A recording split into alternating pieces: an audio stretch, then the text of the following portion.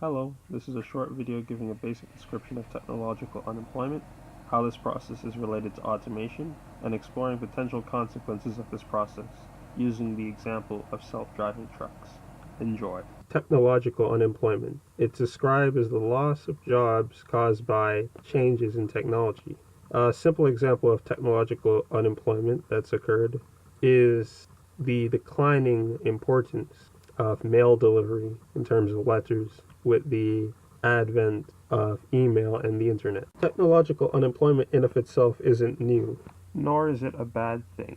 It's a natural outcome of using technology, seeing as the purpose of technology is to save labor. And when you save labor, that means by definition you need less of it.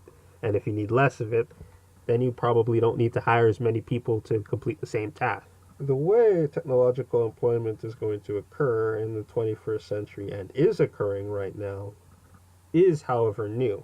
To go back to the mailman example, the mailman may not necessarily need to carry as many letters as he once used to, but the mailman can still carry packages, which cannot simply be emailed. What we're about to see now is, in the case of small packages, they can be delivered by a miniature drone. And in the case of larger packages, it's not hard to imagine a system where a self-driving vehicle will, at some point in the future, be able to contact you about when it's going to be at the drop-off location, and then it would simply just drive up, open up a compartment for you to reach in and pick up your package, and drive off on to the next delivery. And that's assuming that we're not adventurous enough to attempt to simply just make larger drones to carry larger packages. And if we're talking about logistics, mailmen delivering personal packages is the least of our worries in terms of mass job loss. In the US alone, there are 3.5 million people who are employed as truck drivers. Now, let's say the vast majority of those truck drivers are replaced by self-driving trucks. Mind you, it won't be simple to replace all of the drivers. For example, I imagine the jobs of ice road truckers to be rather secure, considering the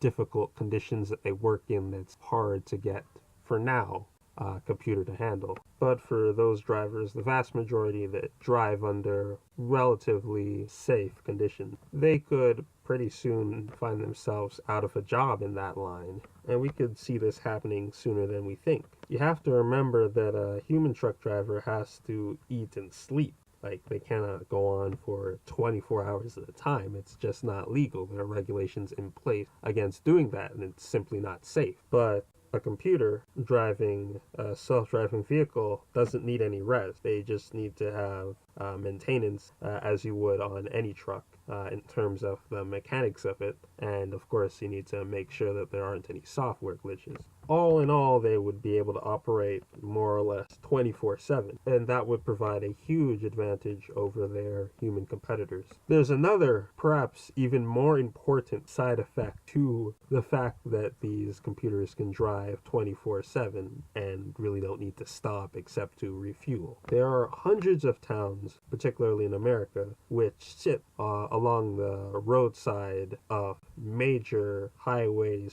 And a lot of those towns get to have regular business from truck drivers coming by and stopping while, say, they're refueling. They decide to get a snack at the local deli. A computer won't be doing that. It'll just drive up, be refilled, and carry on. And funnily enough, that's even assuming that it needs to be refilled. I imagine that when you're operating a self-driving vehicle, that you might have it designed so that it just needs to worry about refilling when it gets to its destination. So that right there is going to be a lot of money that's not going to go into these small towns. And those people are going to have to hire fewer people, and fewer people being hired means, of course, more people being unemployed, and more people being unemployed will mean fewer people spending, and fewer people spending will feed back into a loop of fewer people being employed. And that right there, I think, is going to be the biggest impact that automation is going to be having in economies. It's not necessarily going to be about whose job has been replaced by a robot. It's going to be how spending patterns are changed by whose job is being replaced by a robot. I think it's important for me to say that I don't think this process of automation of technological unemployment is a bad thing. It's just that it is most definitely going to be an issue that we're going to have to face.